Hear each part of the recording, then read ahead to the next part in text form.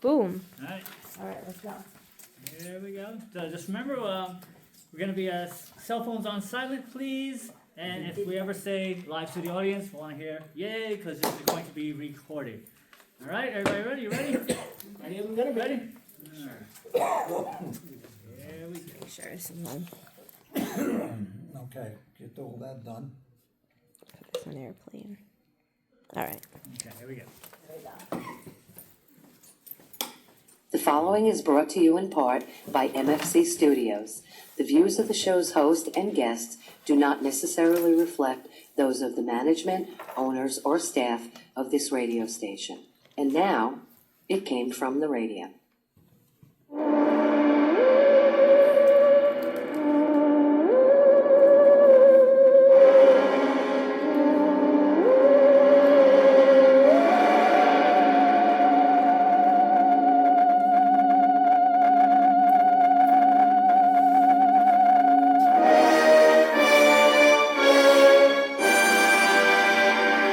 Yapatoy, and welcome once again to It Came From The Radio, the official show of the Big Apple Con. This is your host, Mark Torres, speaking. We're here in front of a live studio audience at the East Meadow Public Library for our 101st live show. I'm here with our senior correspondent, Charlie Saladino, Hello, fun seekers. my co-host, Elman Jenny Felby, and we're here with our special guests we're going to be talking to, with, and about, which is awesome. Makes my life easier because they're here. Author, actor, singer. Do you sing? I do a lot of things. Dewy. Thank you. It's So a pleasure to be here. So as I mentioned, we're going to be talking to Dewy in just a few minutes, but before we do any of that, we have to take it away with the news. The news is brought to you in part by the fine folks at sci-fi.radio. That is sci-fi, For your Wi-Fi. as well as the fine folks of the Big Apple Con, of which we are the official radio show of, celebrating over 26, 7, 8, 9 years of comic-ness and pop culture stuff. For more information, go to www.bigapplecc.com. Their next convention is scheduled all the way in November on the 21st of this year. Tickets are not on sale now. Also want to give our shout-outs for our Patreons, of which there are Danny Grillo, award-winning director Jared Burrell, Millie Portez, Newsday famous Resin Media, Rosa, Yasmin Ray, and the Huracan. If you want to have your own little shout-out, go to our website, www.itcamefromradio.com. There's a little button on there that takes you right to our Patreon page. Also on our website is my book, Designated, a book about two warring alien races fighting over a newly discovered power source. The war finds its way to planet Earth, and as a result, some humans gain abilities. Issue 1 is on sale right now, and Issue 2 is coming out this year. All right, as always, we always start off with the sad news. So let's see what we got. First bit of sad news is actress Catherine O'Hara died recently Wow. from a pulmonary embolism with rectal cancer as an underlying condition. In her 50-year career, Catherine appeared in such movies and TV shows as Deadly Companion, Rock and Roll, After Hours, Beetlejuice and its sequel, Dick Tracy, Home Alone, as well as Home Alone Part 2, Nightmare Before Christmas, Wyatt Earp, Waiting for Guffman, Best in Show, Surviving Christmas, Chicken Little, Monster House, The Wild Robot, SCTV, The Completely Mental Misadventures of Ed Grimley, Married with Children, which she played the female dog, and on the episode that Cheech Marin was the talking dog, and she was the other dog in the episode. It's one of my favorite TV shows, that's why I remember it. 6 Feet Under, Skylanders Academy, A Series of Unfortunate Events, and The Last Kids on Earth, just to name a few. Of note, she was appointed an officer of the Court of Canada in 2017, so that's like one of the highest honors you can get as a Canadian. She was 71. Charlie, you gonna run out there? Yes, I am. Okay, Yes, so go I on. am. So Jen, you familiar with Catherine's work? Of course, yes. You're a fan? Or not a Yeah, fan? no, I was a fan. I liked her in Schitt's Creek. She scared me in Home Alone a little bit. You know, because she came off like a mean mom. And I saw some controversy. People are arguing over this pulmonary embolism. They're saying that it's a cause from the vaccine and that it's an excuse and that that's not a side effect of rectal cancer. Huh? Dewy, you familiar with her work? It's kind of hard not to have come in contact with her. Like, I think the first thing I saw her in would have been the Home Alone series, but also quite loved her in Schitt's Creek, as well as she was a very ubiquitous actress. You know, she was in so much different stuff, and she was almost always a standout in whatever she was in. What about you, Charlie? You're a fan? Oh my God, Don't say it's such a tremendous loss.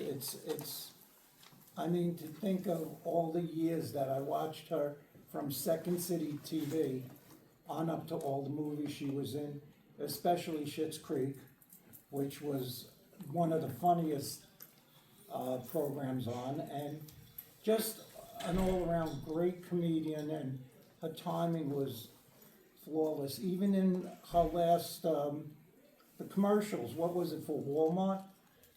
With Kevin Hart, when she loses him in Walmart and she yells, Kevin! Just like that was hysterical. That Never whole- seen. You never seen that? No. The more you're talking to you, it was like, yeah. So, moving on for the second and last bit of sad news. Actor Grady Desmond Wilson also died recently from cancer. While Grady was in a handful of movies and TV shows, he is perhaps best known for his role as Lamont, the son in Sanford and Son, for 135 episodes, which ran on NBC from 1972 to 1977. He was 79. Charlie, you a fan of Sanford and Son? Oh, yeah, yeah. Actually, that show was from a British show. They Americanized it, but he was so cool in that show. He just had to deal with his father, Red Fox, and he was just so cool the way he did it, and it's a sin. Another comedian. You a Sanford and Son fan, Jen? No? Dewey, Sanford and I'm Son? afraid that predates me a little bit, but of the shows that I know, and I know like Red Fox's like later stuff, it's very sad to hear about that guy though. Alright, so that is it for the sad news. So moving on to the not as sad news from the That's a Lot of Nuts department. That's a lot of nuts! The new horror film Send Help has held on to the #1 spot in the domestic box office, pulling in an additional $9 million in ticket sales in its second week of release. The Kevin James comedy Solo Mio came in the #2 spot, making $7 million in its first week of release. For those of you keeping track, Avatar is still the highest grossing film of this year, with $391.5 million, followed by Zootopia Part 2 with $414.5 million.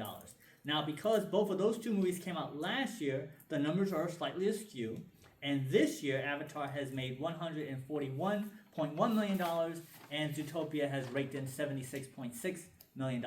The first movie that came out in 2026 is actually at #3 with $67.2 million, which is the movie The Housemaid. Have you seen any of those? Housemaid? Of course not. No, nothing? No? No. Jen? Have you seen I it? heard Housemaid was very good. I did see Housemaid. I thought it And? was pretty Why? darn good. I think it was kind of like, what was that one? The Barbarian, I think it was, that you're going in expecting one type of movie, and it's a completely different type of movie. Had some good twists and turns, and I thought it was well acted. You know, Amanda Seyfried is a really good actress. Sydney Sweeney, she's coming into her own. Like, they all play their parts very well, and you're watching it like, oh, this is pretty good. And then you're expecting one thing, and then they pull the rug out from underneath you, and you're like, oh, well, this is something completely different. So it actually has a rewatchability, because if you see it a second time, you'll know everything. You can actually watch it with a different perspective. Dewey, have you seen Housemaid? I have not. Zootopia? I'm bad at my current movies. Not even Avatar? Not even Avatar. Ah, not even It's Avatar. alright, I didn't see Avatar. Yeah, It's yeah, good. it's- Don't worry about it. So yeah, that's bad. Alright, so moving on, let's see, moving on from the Is it time to renew the contract already department? Is it? None other than the Screen Actors Guild has announced some new negotiation points in their upcoming talks with the studios before their 2023 contract expires in June of this year. SAG says, the #1 thing is residuals. There is a way to make it so when a show goes up on a streaming platform, we get the equivalent amount of money as a network residual. I think we've lost our way when negotiating bonuses instead of residuals. We've given the pay-per-play or pay-per-audience model. One of the ideas being thrown around is that a studio that uses an AI performance must pay a tax that goes towards SAG's pension and health funds. No actor wants that. I say no, no, and triple no. But if it has to be, it should go into pension and health. Is that the perfect solution? No. But is it under the category of the best botnet idea we've had in 2026? Yes. For those of you not paying attention, or care for that matter, the previous actor strike was in 2023, and that lasted 118 days with Fran Drescher, who was the nanny, as the head of SAG. Currently, Sean Astin is the president. I think it's so weird that I didn't think it would be so quick the new contract came around. It felt like it was just yesterday when we were talking about this. For the longest time of the whole SAG thing. Dewy, as an actor, what are your thoughts? Well, so I'm not a union actor yet. Fingers crossed. But it's one of the things that once you start getting to a certain scale, you need to have these things buttoned up. If you have a smaller project, you can button things up kind of as they come up. But for these larger things, you really need this all figured out beforehand. Otherwise, you're just going to waste a lot of time. Jen, what are your thoughts? Once again, as an actress, producer, filmmaker. I You don't normally do SAG see stuff? myself. I want nothing to do with SAG Really? at all. And maybe I'll, this is on record, so maybe I'll change my mind one day. But I don't think so. I want nothing to do with it. I see it as more limitations than benefits. A lot of things I want to do don't fall into SAG. It's also fair. Yeah, a lot of the people I know that are in SAG are actually not getting work because they can't do things that are not in SAG. So all the interesting things and paid commercials and et cetera, they can't do.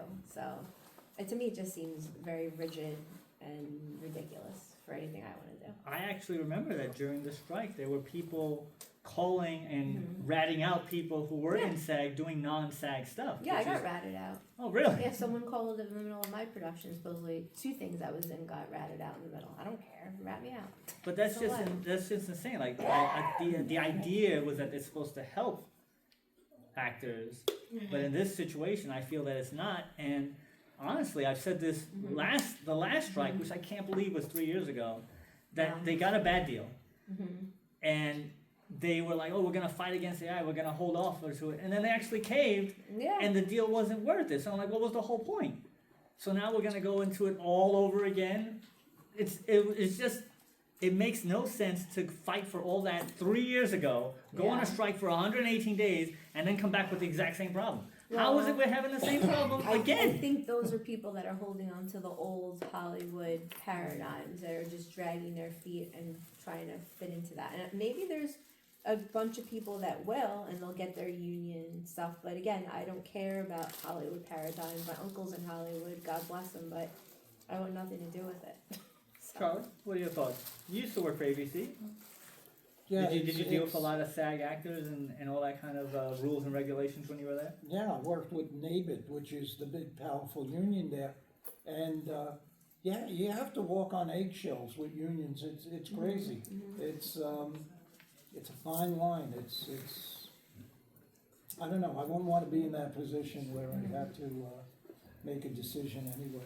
All right, so moving on. Let's see. Oh, this is a good one. From the Marvel Stuffed Department, none other than Oreo has announced a collaboration with Marvel to make, quote, Marvel Oreo Stuffed Legends cookies. The cookies are said to have one of 32 Marvel characters etched on each cookie, and apparently they will have a color-changing cream, which changes color when you lick them. Wow. Part of their promotion is having fans scan a QR code or visiting the website to, quote, help guide the delivery trucks to their destination. Charlie, would you have a cookie that has a color-changing cream? I love Oreos. I love Oreos, but I will never eat something that I can lick and changes color in my. I don't know. I don't know. No. What about No. you, Jen? Yeah. I just wish that blueberries and sauerkraut and things that actually feed our brains and our bodies, which is the reason why we should eat, had this type of marketing campaign, and we weren't using stupid Marvel characters, which I'll never care about, to persuade people to put absolute garbage into their bodies. It's a sin, and these people should go to hell. That's what Wow. I said. Why? That's all right. Why would they have cream? What's the purpose of that? I don't know, to sell We're cookies? talking about Because it. it's addictive and it's delicious. And if I wanted to die and I knew I was going to die next week, I'd eat this stuff all day. Wait, you think Oreos are delicious and addictive? They're absolutely delicious. Really? I'm not I I'm love not a them. big fan. Yeah, when you talk about doing a line, it's always a line of Oreos. Exactly. Exactly. I'll Wait a take minute. that Wait a any minute. day. Just our studio audience, raise your hands, nobody's gonna see it on radio. Yeah, let's see. Who would buy these Oreos that change color, the cream change If I color? hated myself. Wow, okay. Then so nobody raised their hand, except for the Thank you. panel. Over Wow, five. We got one. Three. Yeah. There you go. Alright, Three out so of like 12. moving on. Moving on. If they made Alright. Oreo I underwear. love it. From the That's One Way to Spend Your Valentine's Day department. None other than Lionhead Studios, the company behind the Fable video game series, has announced that their newest game, which is Fable Part 3, will feature, quote, 1,000 independently voiced NPCs, which is non-player characters, and each one of them is a potential marriage match. For those of you who don't know, or care for that matter, the Fable games have been known for having multiple branches as well as high levels of interactivity and morality choices throughout its gameplay.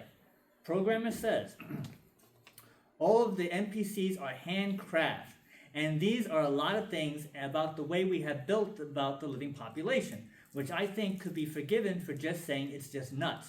We wanted to craft every one of these characters from their name to their appearance to their personality traits to their moral worldview to where they work and where they live and what their family unit is, because it's important to the player that they can get to know the uniquely crafted characters. You can go and speak to each and every one of those 1,000 different characters in fully voiced conversations. You can marry them.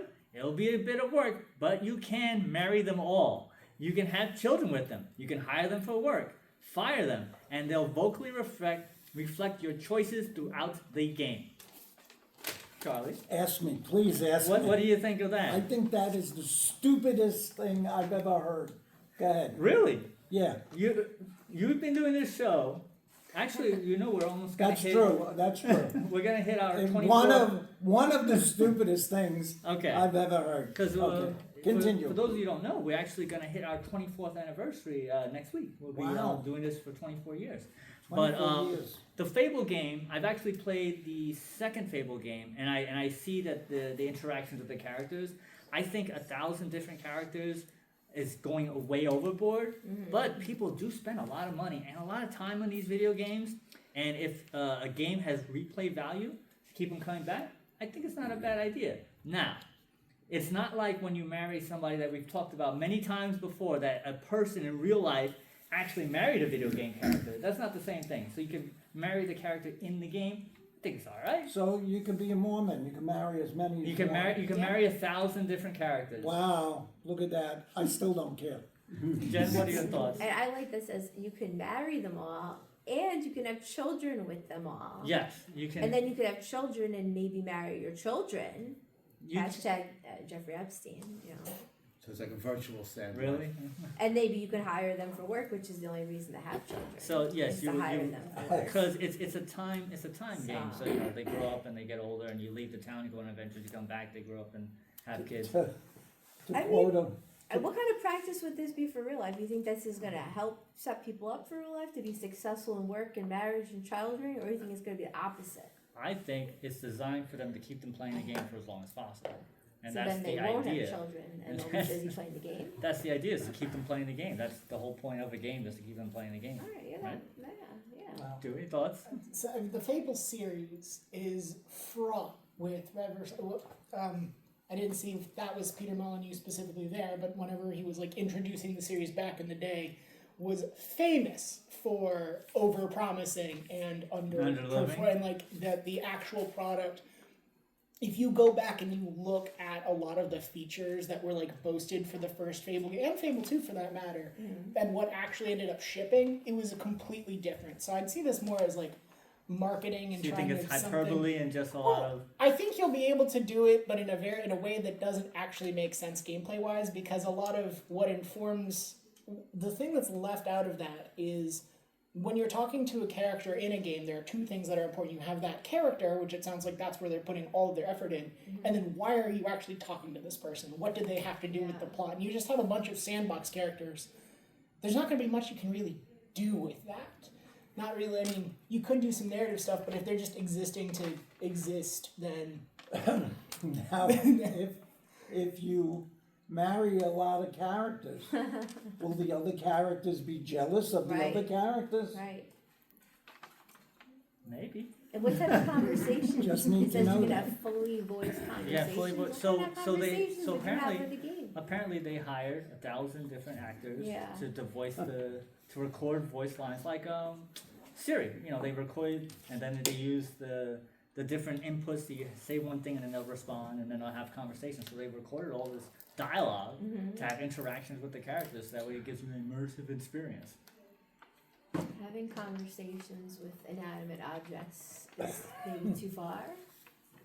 Maybe. People do it all the time now. I don't know. People talk to their Yeah. phone all the time. Like have conversation with their phone? Yes. Who? I don't. Oh, what? Isn't it the whole chat GP thing is that they're talking to there has been with the whole AI revolution that there's people that are talking to their computers. You know these In- people? I don't know. Do you anyone. know anyone who has conversations? with Do I this? know anyone who Yes. who personally has that level of conversation? No. And, yeah. However, I Yeah. do know some people who do talk to the chat GPT, not speaking, but they do type in Right. conversations. Oh, wow. But Wow. it is in a situation where they are having interactions with an inanimate object.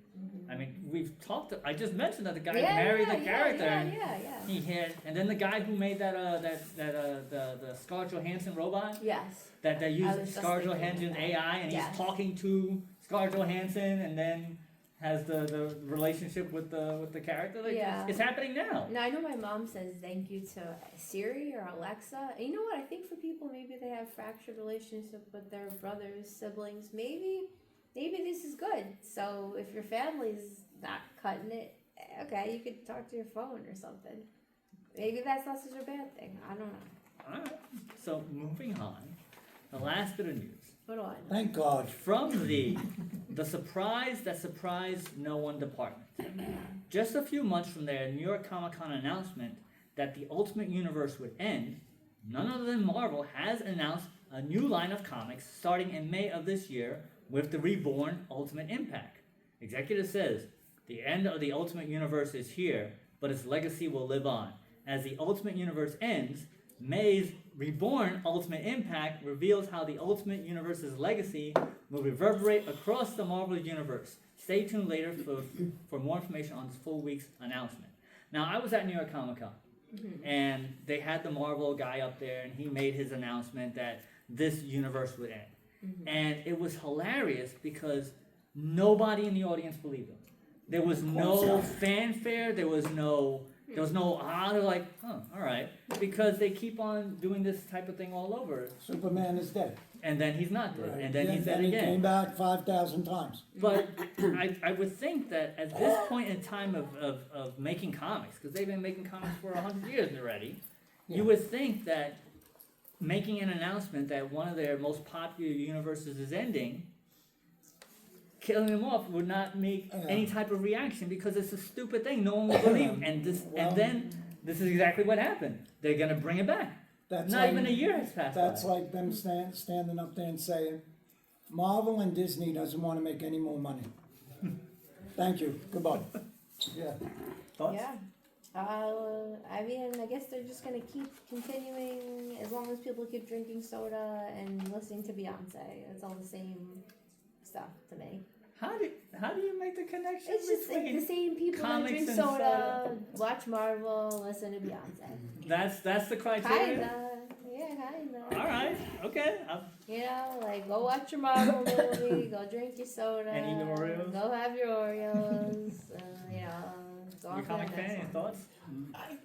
I kind of fell out of this current universe. I feel like, what was it? That it was like, I know Infinity War and Endgame were the big ones. Right. That was the last ones that I really saw. After that, it felt a little too much like doing homework to go watch a movie. And I go to a movie to enjoy myself, not to feel like I'm behind the entire time and like, oh, that's this person, you know. So I will say I'm not surprised that they're bringing it immediately back. It's like when Microsoft said Windows 10 was going to be the last Windows. It's like, sure it is. They but said Yeah. that? They did. Yeah. They did when they were releasing They it. It was keep supposed to be the last version of Windows ever. Ever in No, the history of see how ever. that went. So that's it for the news. Oh, So thank God, So thank we're going God. to I take a couldn't quick take it. break in front of our live studio audience. Yeah. Live studio audience, that's what I said. We'll be right back with more. It came from the radio. Hey everybody, this is Todd McFarlane of the record-setting Spawn comic series, and if you're looking for... Back to It Came, and welcome back to It Came from the Radio, the official show of the Big Apple Con. This is your host, Mark Torres speaking.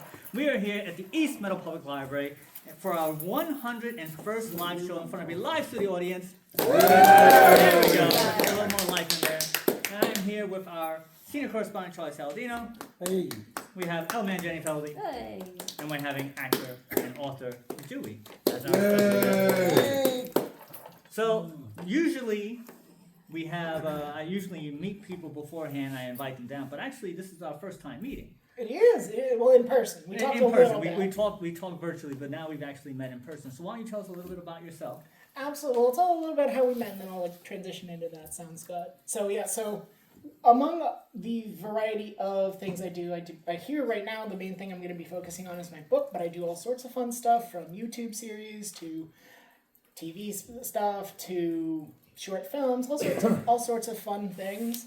But one of the things that I do is an offshoot of a project called Has Been on Broadway, where I kind of took on this title of the Radio Demon, and I started running with it for an in-person show and then later eventually a radio show. And I was on for my the Radio Demon's Lair stuff, and I saw radio, and this came up, and I'm like, oh, I have to say hi. I mean, I feel like I wouldn't be earning the title if I didn't at least introduce myself. So here I am. But yeah, I do a little bit of everything, from poetry to just random stuff you see online. And what makes you the Radio Demon?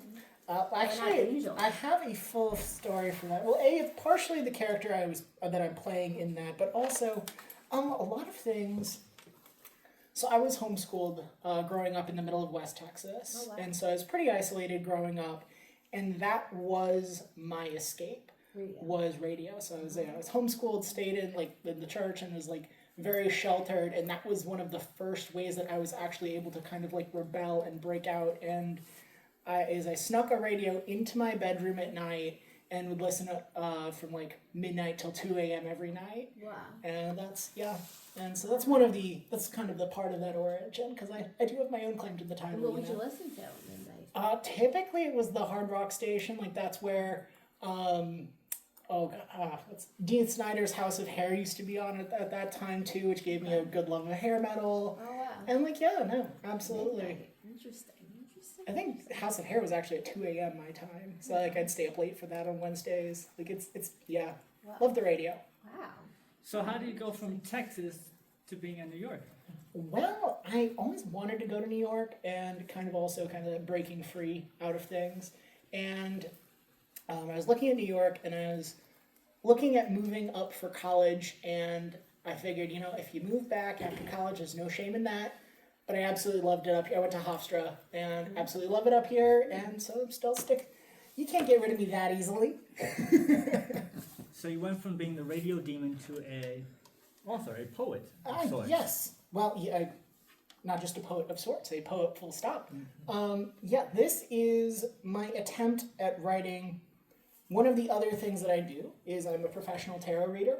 Oh, wow. And so this book is kind of focusing on the archetype of foolishness as something that is not necessarily something to be avoided, but something to really enjoy and enrich your life. Because if you do the smartest thing all the time, maybe you end up in a great spot, but it sure is boring. And so I like to have a bit of foolishness, and that's kind of what I try to do for this book. So it's a it comes in 3 parts. It's poetry, short stories, and then spells. Which I don't know how y'all feel about magic, but we're going to be getting magical soon enough. Cool. Here. But for example, the spells and a lot of my personal magical practice is very focused on being a person of science as well. So we'll jump the. Actually, I think I know this one from what we're going to do. How would you all like to learn how to be invisible? Yeah. All right. So this is invisibility spell. With this, you can become functionally invisible. All right, wait. Let's define what this functionally invisible is. People can still see you, Well, but you're gonna be invisible, like in a crowd of people, you just kinda, Or on the Shrink road down? in traffic. right? if you can still be physically seen, you can Right. settle for the next best thing. Okay. People don't mind what they ignore and affirmatively block out what they abhor. Those thought of least is a good place to start, or someone in worker's costume playing their part. Uniforms can be reduced to simpler things. Items can disguise whatever you need to bring. Sprinting away calls too much attention. Run by walking in the other direction. And that's invisibility, as an example. Oh, So- thank you. Thank you very You got a much. question, Charles? Yeah, I do that invisibility thing all the time. You just put me in the middle of a room with beautiful girls and nobody knows I'm there. But, yeah, that's. Happy to be that's- helping on that, you know, we got. That's, I love the idea of the three sections of the Yeah. book. That makes it more interesting, I think, than just having one story and you could, I love that idea.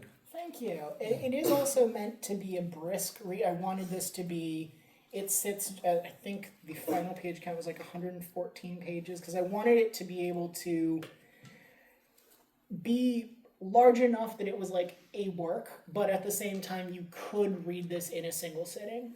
I wanted to make sure that it was accessible and short enough that you could breeze through it if you wanted to, but also come back and visit and check different stuff out. Right. That's the beauty of it. That's what I'm saying. You could, it's always with you. You never put it down after you finish. Well, That's genius, I think. thank you. So on the side of genius, you are our first author that has no cover on their book. Can Yes. Oh, yeah. you explain why, the thought process behind that? The cover is that there is no cover, so I tried to do tried to get as cheeky as I possibly could. So the title of the book is literally "Title Goes Here," Adventures in Foolishness. But I try to keep the shtick up like through the book. So we have legal stuff goes here, table of contents goes here, and everything's kind of stripped down to its base like place of okay, well if you were making a book, you'd put this here and this here and this here, and so that's why I went with the cover is that there is no cover. And it was just a fun little nod to just the playful. It's a playful book, and I like Now, that. I think if there was a bunch of books on the table with covers and that book, I think that would be the first book I open. So I think, again, genius. Well, I don't know that I'd use that word to describe me, but You let other people do it. People probably tried to I'll let convince you. you not to do it, right? I'm sure there was at least one person who said, "What are you doing?" well, Probably. I kind of made this on my own. I didn't really tell folks about it until I was ready to like actually get it out there. Except like my partner who also writes, and so they were very supportive the whole way through. But my writing journey really started when I started a blog. So gosh, I forget what year. It's been several years now. I started a blog, and that's how I like started to get writing again and writing for fun. And that started as like listicles and like short essays and that kind of thing. But eventually, I remember the day that I did my first like poem since like grade school that I actually was like, you know what, I kind of like this, and it just moved into there. And then it started as okay, well now I have a bunch of poetry and short stories and other things on my blog, and I kind of wanted to bring them together, but I also wanted it to not just be like, oh, well, you could just read the blog. Right. And so, yeah, so getting this down to its own form and its own stuff, and each poem really, like, the order decided to really try to make this its own work versus just, you know, something you could see by going on my site. So spells. Yes. So, like, I've texted things and then gotten specific things that I've texted, or I've said I wish this, and then it's happened. Or I have like 2 little assembly lines in my house. It's like things are getting done, and I put things in the do this now, and then people I haven't heard from in years. Those 2 people in the do this now contacted me within 24 hours, and I hadn't heard from them in years.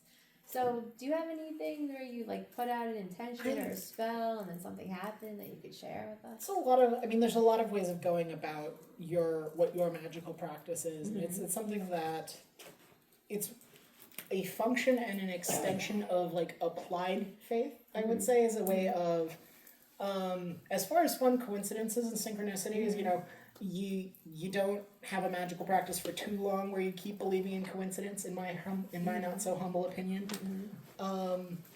But as far as like doing things, I mean, it's the quintessential act of magic is taking what's inside and taking something that happened in your head and putting it into the world. That is the quintessential act of magic, is taking something from in here to out here. And so honestly, the thing with that and will in general is it's the things that we find ourselves coming back to over and over, and those are the things that we tend to do large projects in, versus, something that's all done in one large, showy, here you go kind of thing, versus, the little things that you come back to, it takes you a few years or so, and you just put a little bit here, a little bit there, and those are the things that get done. So when you're constructing the book, how did you decide? Is it just a third, or? It's how roughly a third. It's roughly that. I think the poem section is the longest one, but they're roughly the same size, and that was on purpose. So how much was left on the cutting room floor that didn't make it into the book? Oh, a lot. As I had. Would you say that it's enough for 3 separate books? I could have, but I really liked the flow of this and like the tying theme of foolishness. I think my next book is might be more a single format throughout versus this one. But it might also be I'm still figuring exactly what that looks like out. But I really got to play with how this came together, and I had fun with it. So you say you also do a tarot. Do you have your own deck? Did you make it? I never leave home without it. Never leave home without it. So do you find that? So I used to have a friend of mine who actually used to do tarots, and he was. I would say, if anybody I ever met, I felt like he actually was psychic. I'm very skeptical, but I am open-minded. You should be skeptical, just like you should be. So actually, as I've talked to Jen about this all the time, that a lot of times that we do the show, something happens within that week that actually kind of matches up with this. Often. And when we initially talked, I did not know you did tarot, and I was just talking about a friend of mine to another friend who did tarot cards, and he had this energy around him that whenever we worked together, crazy stuff used to happen. And he says that stuff like this happens to him all the time. It does. And weird stuff happens to me also all the time, but when we were together, it was an odd energy. Do you also find that as well? I mean, it is, and this is I'm going to answer your question with one of the other little things I did on chaos, which is in the spells section, but this one could be, because one of the things that I always like to say this is that the trick of tarot is that every single card has good advice attached to it. And so no matter what you draw, you're always going to get good advice. You're going to see what you need to see. But the magic of tarot comes in believing that when you add chaos into a system, that is, well, again, I like the way I put it here, but the magic of tarot is truly believing that the cards that come out that you see are the ones that you are supposed to see, and that's the magic of tarot. So you should be skeptical of anyone doing that professionally. There are too many snake oil salesmen in the field, but it is, if you have someone who's earnestly and actually like digging into it, a lot of weird stuff happens. It's a good time. But this one is, this is just a short thing in the spells section, just on chaos. And it's, God or magic or whatever you want to call it often manifests through chaos. It can never be completely eliminated. In any moment, anything can happen. That's not an exaggeration, that's a definition. But it can be minimized. All you have to do is plan or put up a wall. Chaos knows when it's invited. Often it will oblige. Not always, but enough. Enough that you will be distant. Enough that it will define your relationship. And the choice to let it in is yours alone, because it will always accept. And so the question, I guess, then is how much, right, we have this level of chaos versus order that you have, and just where is your person, where do you fit on that spectrum? Because some folks, everything needs to be ordered, predetermined. They're going to Comic-Con, they already have they're like, I'm going here, then I'm going here, then I'm going here, then I'm going here. Everything is planned to the T. Then you have, I'm more on like the more chaotic side of that, where I like to not have things planned and just go somewhere and see what happens. And finding that personal level of where you're comfortable letting chaos in it's an incredibly personal thing, and I hope that if you read this book that you kind of get shoved a little bit towards the chaotic end. That's where I like to be, and I always say I'm the person to talk to if you want me to talk you into a bad idea. So I try to encourage foolishness in all of its forms. And what is it that you like about the chaos The unpredictability. unpredictability? I like not being able to predict what's going to happen, and it's because there are too many predictable things about this world, and it's just boring. Yeah. Charlie, you got something? I am a firm believer that there is magic all around us, Absolutely. constantly. How many people do you believe that there's magic around you? Yeah, seriously, there is, because I find that things happen and you don't know why, but you knew that it was going to happen. I was thinking, me and my brother used to watch MASH a lot, and there was this one episode that we loved, and I just thought about that. And I turned it on, the episode came on. Wow.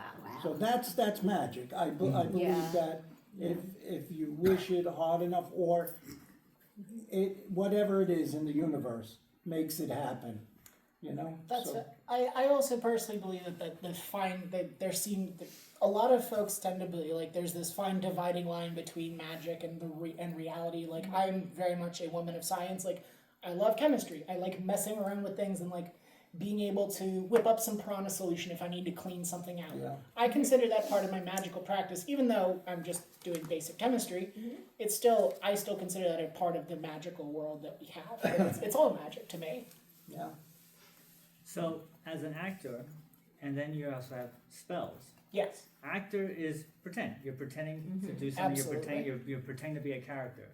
But if in a situation you're reading one of your spells as an actor, does it still have the same effect Good question. or not? It have the effect in the universe because a lot of magic is about intention as well. So in that instant, so in that hypothetical where I'm playing a character that uses one of the spells, well then it would Using be a kind of real like, spell that you have. it could, and it would. I mean films are all contrived, so it would be kind of to whatever point the director and writer wanted to make about it. But could it be done? Sure. So the question is that since it's a real spell, but it's not, the intent isn't there, then how does it actually work as a real spell? Well, in a few ways. Well, it depends on how you measure reality in a lot of to begin. And I mean, it would in that case it'd be exposing it to a larger audience that then could be free to use it in their life. But also another thing of there's a lot of truth in fiction just already. Everything has. I think that's one of the things that attracts us to fiction is being able to create fake stories with real notes in them. And so, it depends on how you measure reality too, and like there's the whole spectrum of fiction and how unreal, how fake something is versus how real it is. So yeah. And you mentioned earlier that you love chaos and you love just kind of going along with it. Yes. Is that part of the reason why you had that journey from Texas to now doing acting and writing and creating? It's definitely. I mean, yes. If I wanted to do something that was a lot more predictable, I would be doing that. This is definitely a very unpredictable field of work and an unpredictable city. I will say, anything can happen. You're walking down the street, and I mean, I also just enjoy my unstructured time. I'll just get on a random subway, see where I end up, walk around for a bit. Just enjoy yourself. It's all cool.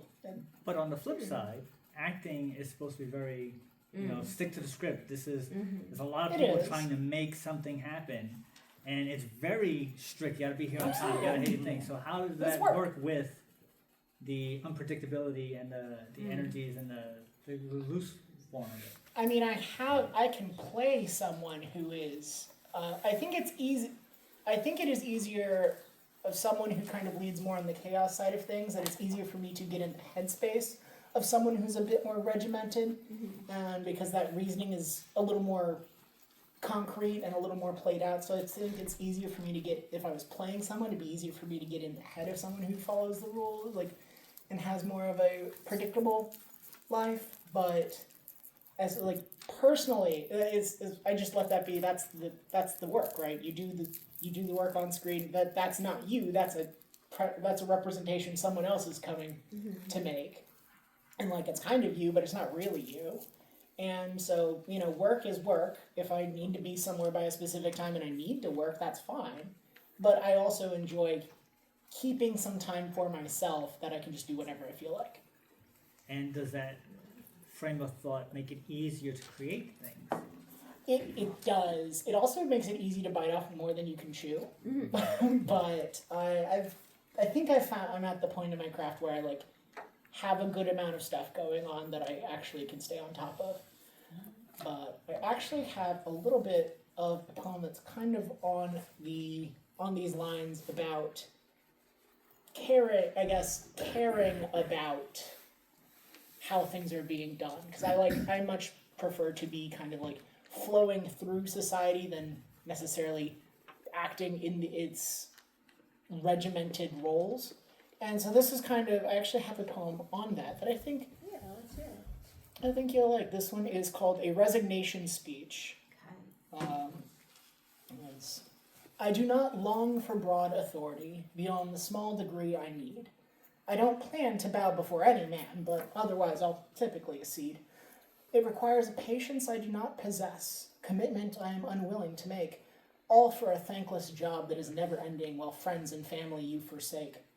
To those that seek an unending supply, I have some unfortunate news for you. You're hardly the first to take these steps, no matter what you think you knew. The throne is called for generations. All who sit upon it have been changed. Perhaps you'll be different after all, but forgive me if I remain at a range. Either your friends become your subjects, or you can provide them their own class. But all will claim you're being unfair, no matter how you appoint your brass.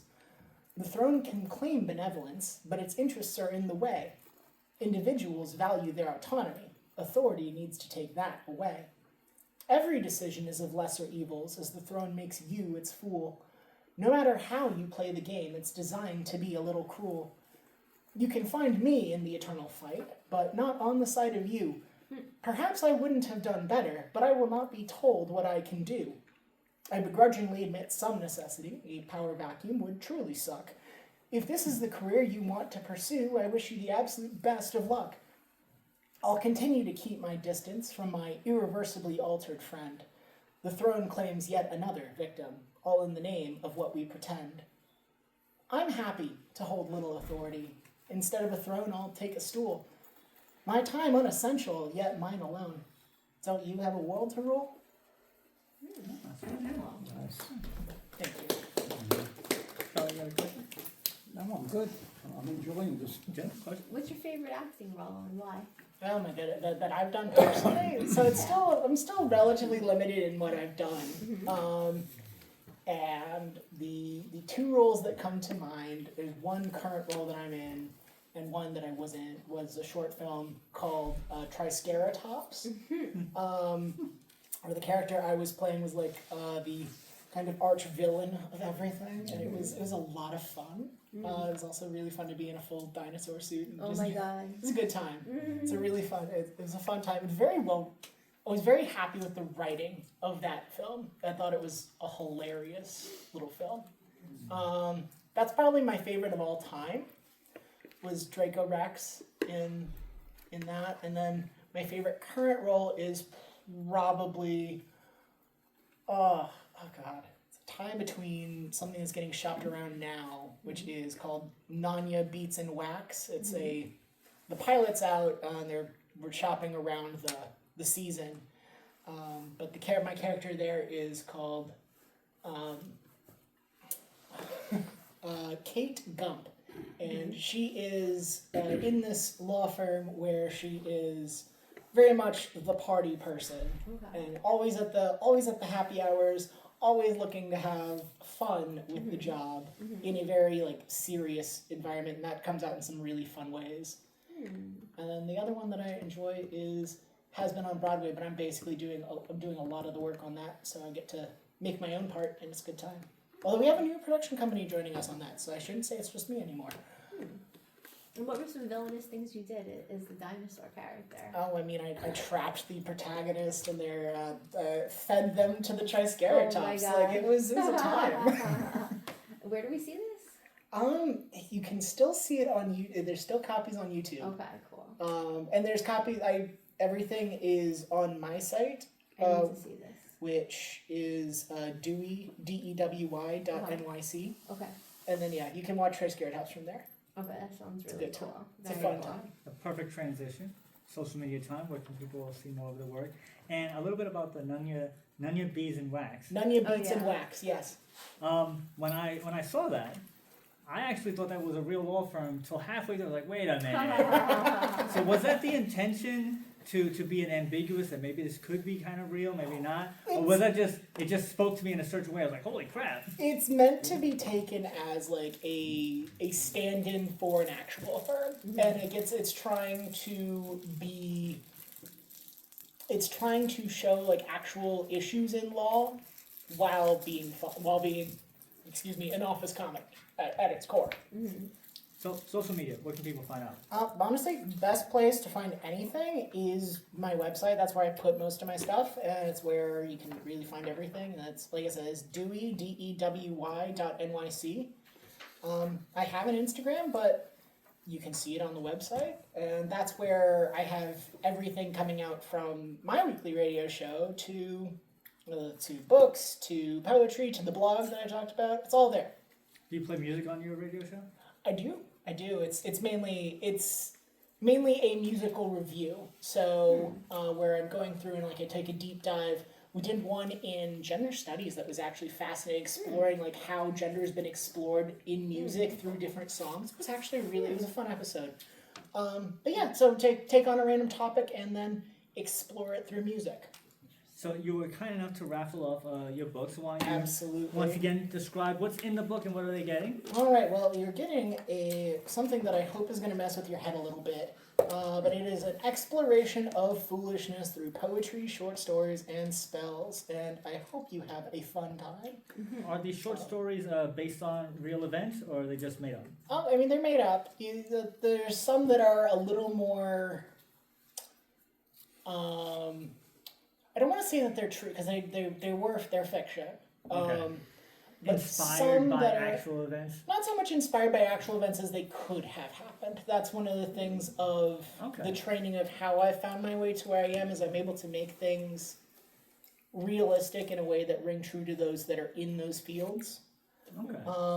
And so for example, one of the short stories is delivered entirely in a speech that's given to a certain setting that a lot of us may not have been to, but at least are aware of, and kind of so it's I don't want to spoil too much because in addition, if you are walking away with this one today, which is there's only one of these, but there's actually I just donated 2 copies to the library here that you can also be checking out soon enough, and then. If you'd like to get one, I can get one shipped to you, and we can have fun there.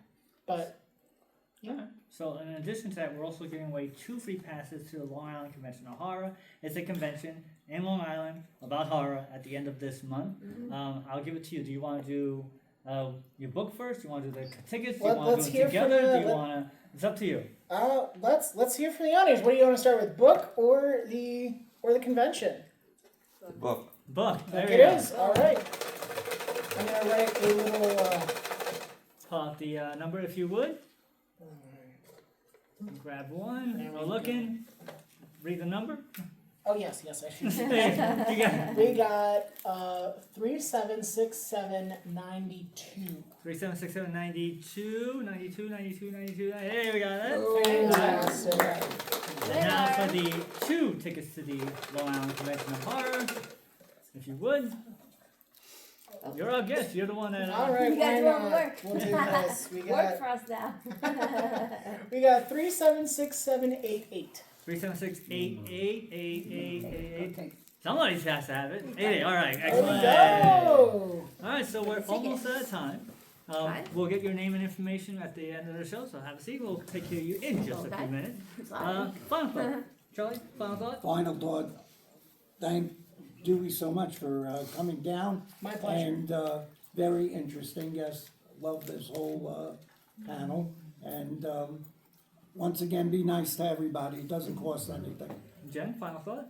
Push yourself to get out of the comfort zone at least once a week. I pushed myself a little earlier. I did a recording I wasn't that comfortable with, and it was great. But I had to push myself. Dewey, final thought?